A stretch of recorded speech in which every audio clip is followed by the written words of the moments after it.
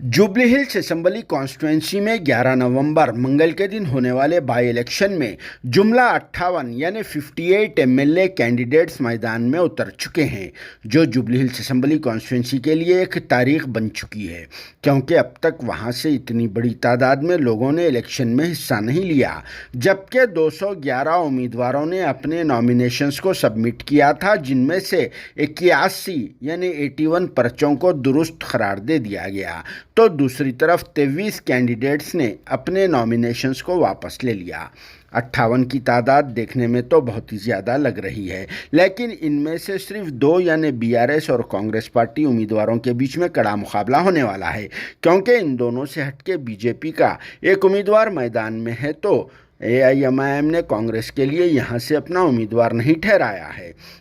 बाकी के लोग तो आज़ाद उम्मीदवार के तौर पर इलेक्शन लड़ रहे हैं, जो 50, 100 या फिर उससे ज़्यादा वोटों के होते हैं। मगर दूसरी तरफ वहाँ की आवाम को ये बात बहुत ही अच्छी तरह से मालूम है कि बीआरएस पार्टी से खातून कैंडिडेट मागंटी सुनीता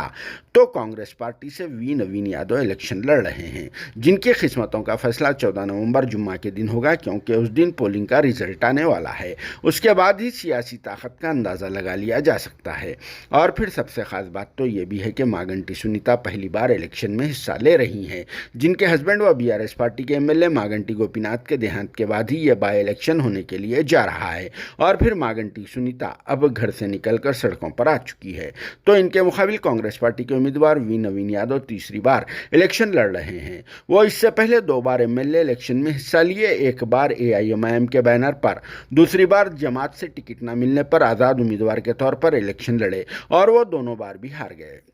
जिसके बाद अब नवीन यादव एक और बार एमएलए बनने के ख्वाब देखते हुए अब कांग्रेस पार्टी के बैनर पर इलेक्शन लड़कर एक और बार किस्मत आजमाने के लिए जा रहे हैं, जहां तकरीबन 1.5 लाख मुस्लिम वोटर्स पाए जाते हैं, जो बहुत ही ज़्यादा अहमियत के हामिल है। और मुस्लिम वोटर्स ही किसी एक की जीत का सबब बन सकते हैं। अगर मुस्लिम वोट्स बंट गए तो किसी को नुकसान होने का खदशा पाया जा रहा है। फिर भी इस सारे मामले पर क्या कहना है आप सबका कमेंट बॉक्स में ज़रूर जवाब लिख देना, क्योंकि जुबली हिल्स असेंबली कॉन्स्टिट्यूंसी का कौन बनेगा एमएलए, जहां पर आवाम का मूड तो बीआरएस पार्टी की खातून उम्मीदवार मागंटी सुनीता को कामयाब बनाने का हो चुका है। Bureau report, RS news, Hyderabad.